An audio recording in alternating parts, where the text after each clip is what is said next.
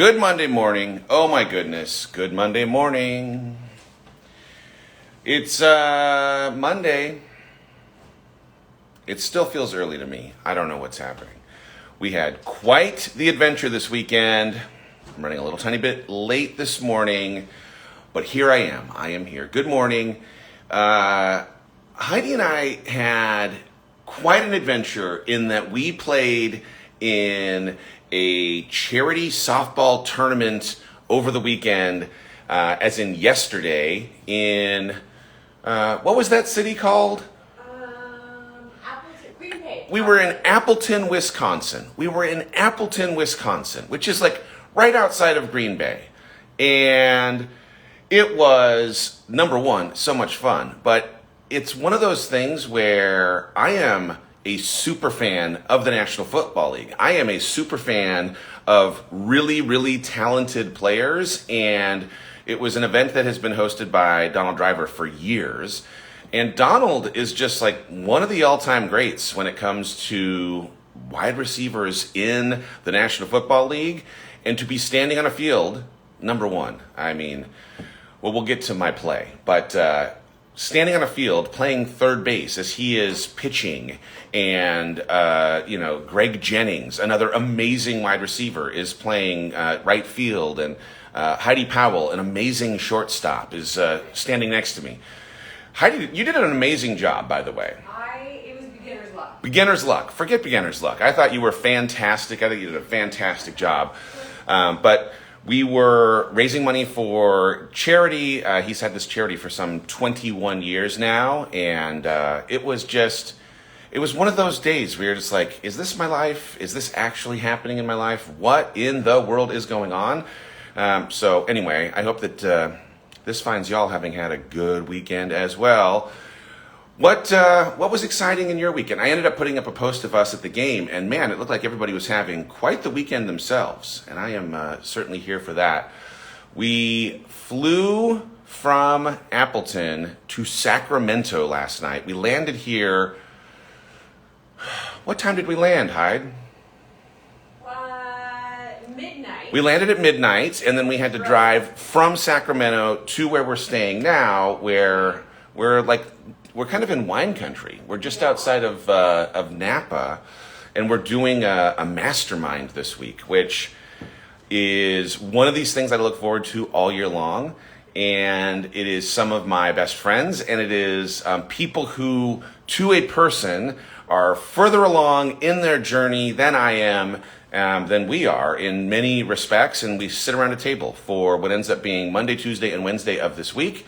And we encourage each other, we challenge each other to think differently about the problems that we have in our life or our business, and hopefully come away feeling inspired and encouraged, and with a bit of an answer key, as it were, for the things that we can focus on or ought to be focusing on for whatever it might be. The future of our business could be something that we're working through personally, like I said, and it's going to be a great time.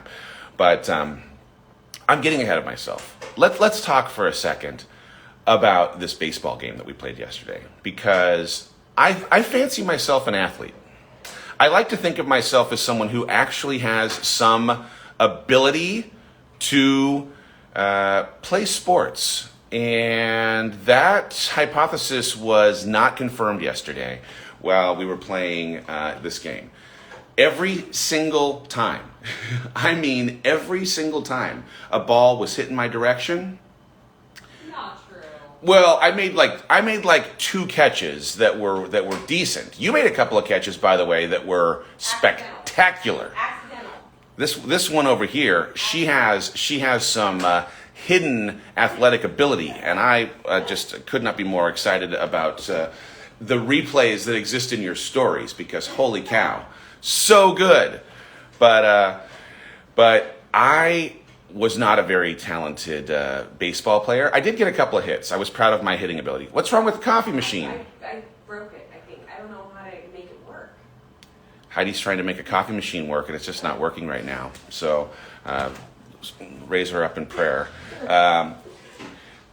we did have a pretty funny thing at the beginning of our experience. So we were arriving, and there's like a men's locker room, and there's a women's locker room, and there's someone who's like coordinating the event, as it were.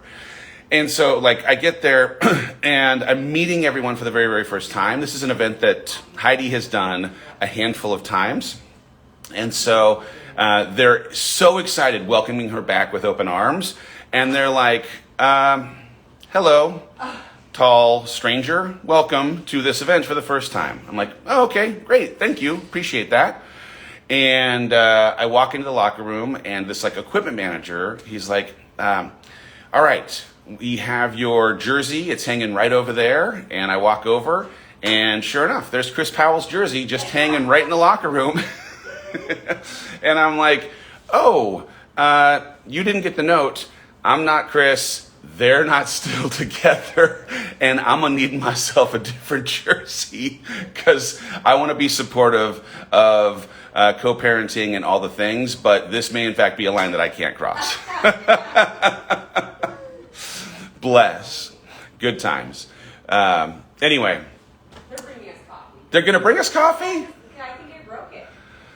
I mean, the fact that we're taking a departure from our traditional Starbucks run feels like a pretty big win.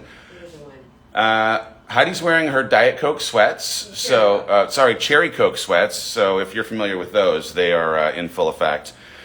We are still doing. You want to say hi? You want to say hi to the people? I just woke up. Come on, hello. Cherry Coke. Every day. Cherry Coke. Every day. Cherry Coke, ladies and gentlemen. Heidi Powell. We are in the fourth week now. If you have been following along at home, we're in the fourth week of this challenge that we are doing called the Built Through Courage, or the 90 Days of Courage Challenge. This week, we are diving into one of my favorite weeks of the entire challenge, and that is finding your purpose. Like really trying to put a finger on why you were on this planet, what it is that you were intentionally created for. In the book, you're familiar that I have a book coming out here in October. We're doing this challenge right up to the release of the book on October 26th. The conceit of the book, at like its most basic level, is this idea that every single one of us was created with very deliberate intention, very deliberate design. And the idea of how we show up for our life, or the way that we push ourselves to unlock the full potential of what was created specifically for us in terms of purpose in this world, is the way that we might honor the intention of our Creator. And the book tries to help you identify what that intention is and the things that you would have to do to move from where you are today to where you'd like to go to fully unlock that potential, or that set of gifts that God, the creator of the universe, your Creator, has put you on this planet for. And so we're going to have a coaching conversation this week. I think people are familiar. We're doing 13 weeks of free coaching when you pre-order the book. And Lacey's asking, is it on Audible? Yes, Lacey, it is on Audible. And I am actually recording the Audible on August 30th and 31st. I can't wait to give you a little sneak peek of me reading this book out loud. But this week, like I say, we're diving into specifically this chapter in the book and the idea generally of finding your purpose. And in the book, I talk about an inspiration for how I have best stayed connected to this idea of what my purpose is. There is a Japanese idea called gaki, and it is something that has really a loose translation for as like a reason for being. Like, what is your reason for being? There's this idea that, like I say, it's a Japanese concept. It's called a gaki. And it basically takes four things, and we dive into these four things, both in the coaching that takes place this week, but also in the free Finding Your Why e-course that comes with your pre-order of the book as well. And those four things are passion. What are you passionate for? What is it that lights your heart on fire? if you were like by yourself and had free time and had no one else that you had to try and serve or take care of, what would you do with that free time? If you think back to who you were before you became who you've become, what was it that just stirred you and made you excited and got you up in the morning with your heart beating? What is the thing that you are passionate about? So that's the first thing you think about when you're trying to zero in on your purpose or passion. The second thing is this idea of mastery, right? Mastery, it's something that you are great at, right? Is there something that you currently have some real competency for? Is there anything that you have as a set of skills that feel uniquely gifted to you that if you were to leverage them or use them might allow these gifts that you have to be brought to the world in a better way? So first thing, what are you passionate about? The second thing, what do you have competency for? What could you over time develop into mastery? The third thing is impact. It brings needed light into this world, right? Like when you think about the feelings that you'd hope for in fulfillment, you cannot be fulfilled if you are not in some way taking the things that you have passion for and the things that you do well and using them in service of others. And so if impact isn't part of the equation, I promise you, you will not be connected to purpose and you will not be completely connected on a deep level to fulfillment, because helping others or shining light on others or using your light and gifting it to be the light that other people need, that ends up being one of the big, huge answers in life. And the last piece, because, hey, it's important, you've got responsibilities and people to take care of, is this idea of sustenance. Can it create financial security for you? And so as I walk through the conversation in coaching this week, as I walk through the e-course in Finding Your Why, I really end up trying to challenge you to think about where the overlap of your passion, your competency, your ability to have impact, and the possibility that it can create sustenance for you, where do those things overlap? And in the book, there is a little diagram that I think ends up showing you what I'm trying to, right? You're trying to get to this middle of the overlapping circles in the Venn diagram. And if you can get close to that middle point, there you're going to find something that feels a little bit more like the intention of your creator, something that makes you feel great about yourself when you're by yourself, something that you will feel motivated to work on even on the days when life doesn't necessarily open itself up to you. And it all to me starts with passion, because you can develop mastery in just about anything, and you can find a way to impact people in just about any way, and you can make money doing almost anything, especially in the way the world has changed with technology. And frankly, the way that even in the last 18 months, 2 years with COVID, the ways that we do things has fundamentally changed because of having to come up with a new playbook as the game itself has changed. But if you are not passionate, for the thing that you are doing, you will never, just never, ever be able to get closer to purpose. You will never, ever feel the way that you'd hope to feel about the work that you are doing, whether it's that you're getting a good investment on the time that you're spending or that you matter. I'm here among other things, among other people with Brendan Burchard. And Brendan and I have had many a conversation about this idea of like what we will be thinking about at the end of our life. And the thing that we will be thinking about, and I would argue maybe more than ever, is did we matter? Did we matter relative to how we were created and the way that we leveraged the tools that we were given in an optimal kind of way? Did we matter to the people around us that mattered most to us? Did we matter to ourselves, right? Like, do we, when we are in silence by ourselves, feel good about ourselves when we are alone? And if you are connected to passion and developing mastery in a way that affords people impact and can create for you and your family something in the world of security, you're going to feel good about yourself when you're by yourself.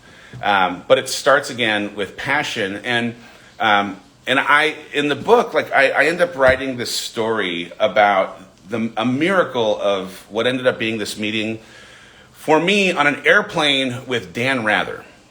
I've talked about this a couple of different times, but in the book, there's a story of me and Dan Rather. My buddy Aaron actually illustrated this story of me meeting Dan Rather.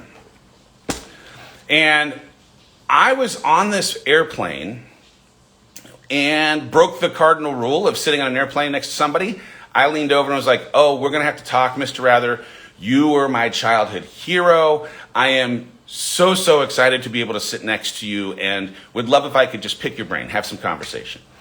And what was beautiful about it, it was like a God moment. It felt very ordained that I might find myself sitting next to my childhood hero during a season where I myself was trying to connect to where my purpose in life sat. And as I sat and had this conversation with this man that I idolized, who when I was 16 to 18 years old, I thought I might become, that reminder of who I wanted to be before I became who I've become was this massive gift to trace back to and connect with that person who had passion then so that I might recreate that passion now. And there was just something in that reminder of who I wanted to be that also in a beautiful way gave permission to chasing that thing, right? Like, I do not report on the news today. And thank goodness for that, because honestly, the news is a hard thing to watch with as negative as the news ends up being. But I am a reporter. I'm a storyteller. I do the things that my idol did in writing books and hosting podcasts and having conversations on Monday mornings with y'all and Alive that resemble the thing that I had passion for 25, 30 years ago, right? Like 30 years ago, as a 16-year-old human, I thought that I would take my ability to speak publicly, that I would take my interest in reporting on things that I'd been an observer of, that I might take my ability to storytell and bring it to other people in the hopes that they had breakthrough, in the hopes that they learned something or thought differently. And here I am today, feeling more connected than I ever have to the passion and the purpose for why I was put on this planet. And it's because I'm doing the thing that I know I was placed on this planet for. I'm doing this thing that makes me feel like I am uniquely using and tapping into the intention of why I was put on this planet by my Creator. Woo!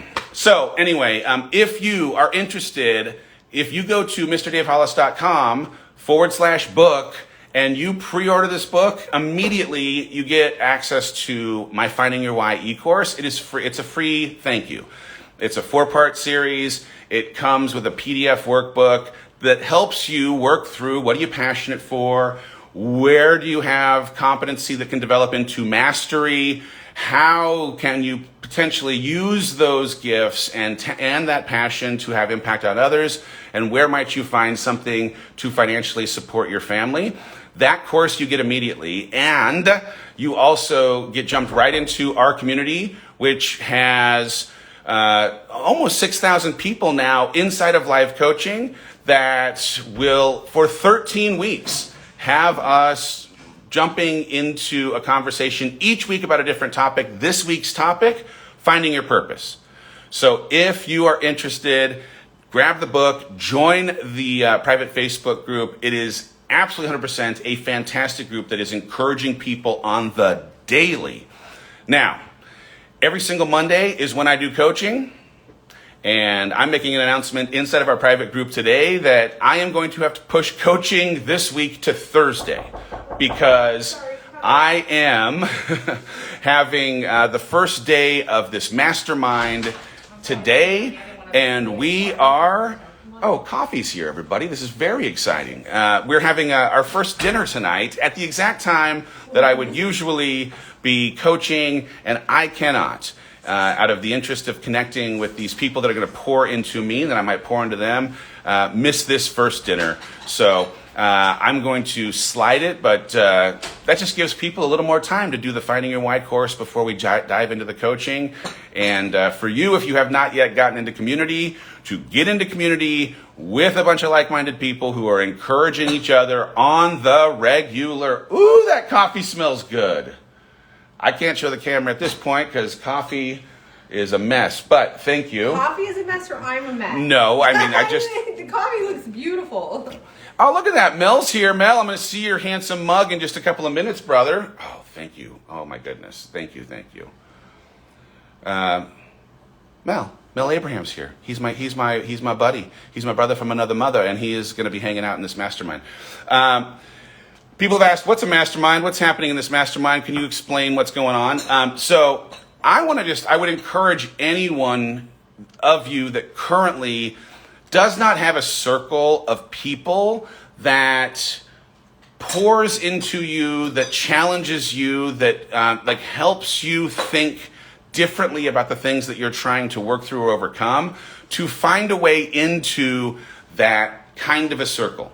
And the beautiful thing is, people are like, I don't know how to find a group like that. How do I?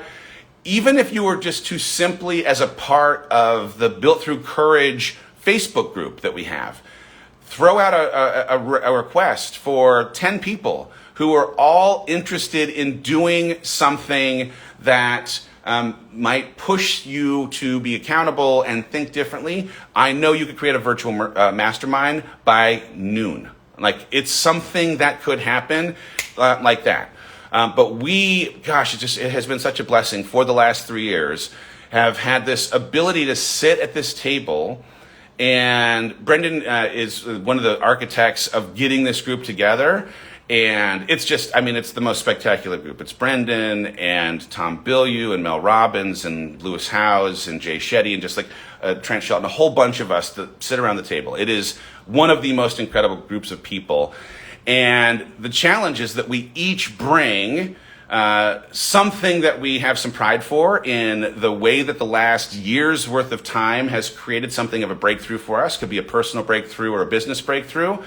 And then separately, that we bring something that we have been struggling with. And again, it could be a personal struggle. It could be a professional struggle, something that is stumping us, so that we might, to the collective knowledge of the people who are sitting at the table, hear from them how when they also found themselves inside of that struggle, were able to overcome it or found a resource they could tap into, or that in some ways they thought or think differently about the way that is even for them now a struggle because of the way that they've gotten through it.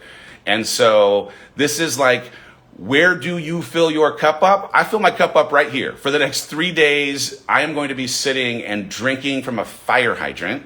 And the idea of being able to be here with Heidi, so that as we are thinking of, we're working on some ideas specifically inside of nutrition and fitness that I get so excited about and have no concept of how to figure out. And there are just people here who have built unbelievable businesses and have thought differently about service and value to communities that change the way that I approach it from fear or anxiety to excitement and let's go.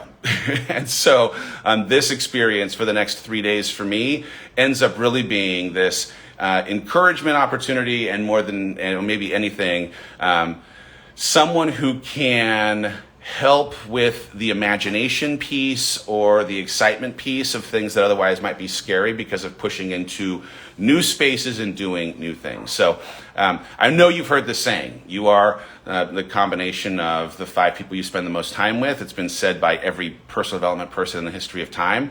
But if you find yourself as the smartest person in your circle, you need a new circle. If you're the most driven person in your circle, you need a new circle. If you're the person that has the most faith in your circle, you need a new circle. If you're the person who has the best and biggest imagination in your circle, you need a new circle. If you're the most optimistic person in your circle, you need a new circle, right? If you don't have people that are further along their journey or thinking bigger than you or are more interested in growth or have a deeper sense of faith than you do, you cannot grow in any of those spaces. You just can't. And so you have to find people that are further along their journey or have deeper conviction or passion, experience than you do in the areas in which you'd hope to grow, or you're not going to grow. And even beyond that, there's this like analogy, if you will. Cheers, everybody. How cute is that coffee cup? Oh, the coffee cup is so cute. I know. That's good coffee.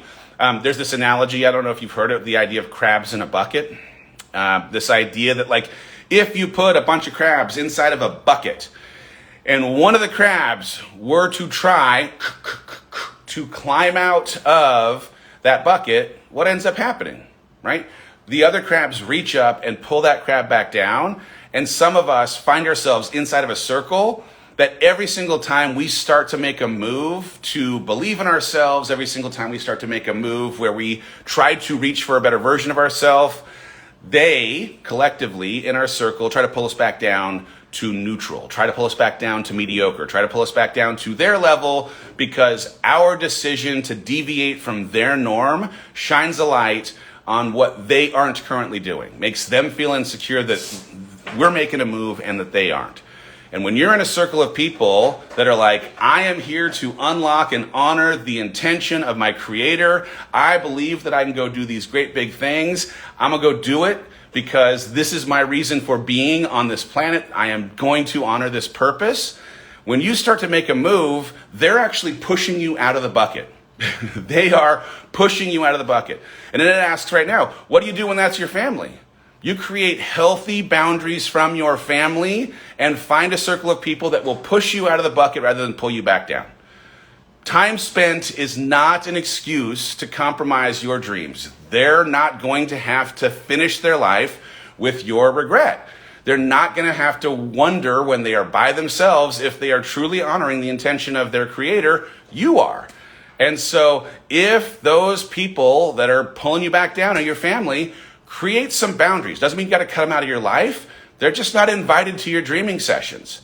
They don't get a say in whether or not the thing that you are dreaming ends up being something that they get to weigh in on. They can be a spectator to you playing in the arena, but spectators get to cheer or boo. They don't get to dictate how the game is played, and they certainly don't get to play in the game. So please, by all means, if you have family that in any ways is pushing you back or holding you back or like the crabs is pulling you back into the old bucket, Mally, hi Mally, so good to see you, friend. Gosh, I hope I get to see you soon. I love you too. You need to create boundaries from those people in your family because, blood is thick, but regret runs deep. And you got to make sure that you are not making decisions that are about keeping them comfortable at the expense of why you are here, right? Why you're here. At the end of your life, you are going to sit with a reflective moment of what mattered and didn't in your life. Did you matter to yourself? Did you matter to those you love? Did you matter relative to the intention of why you were put on this planet? And if you get to the end of your life with a bunch of regret for not having fully exploited all of the potential you have or fully realizing all of the dreams that you have, you will die with that regret. They won't. So sorry. They just won't. And it's not your job to make every person in your family understand your why, understand your motivation, understand even your values. They have a different set of things that are governing why they are supportive or not. And a lot of times, the people who you love most, when they are representing their worry for you, they wrap it, their fear, in love, and they present it as love, but they are not truly presenting something that serves you best. They are presenting their fear, wrapped as love. Y'all, I could get on a soapbox and scream about this for the rest of the day, but I will not. I instead am going to get dressed and I'm going to go see some of the greatest human beings in my life for my opportunity to be poured into. I'll give y'all some updates in my stories as I go. If you have not, though, and you want to join the community, join the community. There's about 6,000 people inside of our private Facebook group. Every single day, there are hundreds of messages, people supporting each other, encouraging each other, giving each other resource tips for the thing that they're trying to solve. I'm not saying it's a mastermind, but dang it, it's about as close as you're going to get to a mastermind, and I want you to be inside the community. It's a thing you get immediately when you pre-order the book, in addition to a Finding Your Why e-course, in addition to a Mindset and Resilience e-course, and in addition to 13 free weeks of coaching, the next of which, usually on Monday nights, is going to happen on Thursday night at 7:30 p.m. Central when I am done getting my cup poured into. Woo! I feel like Ric Flair getting ready to go wrestling right now. All right, I'm fired up. That was a good half hour of hang. I hope that you will do me this favor of pre-ordering the book. Jump into the group, MrDaveHollis.com/book. I'm going to see who I can get for Wednesday's live to jump in and have a conversation with me among my crew. Will it be Marie Forleo? Maybe. Will it be Princey A? Maybe. Will it be, who else is here? My buddy Dean Graziosi or Russell Brunson. I mean, like, come on. Yeah, people asking, no class tonight. There is not going to be a class tonight.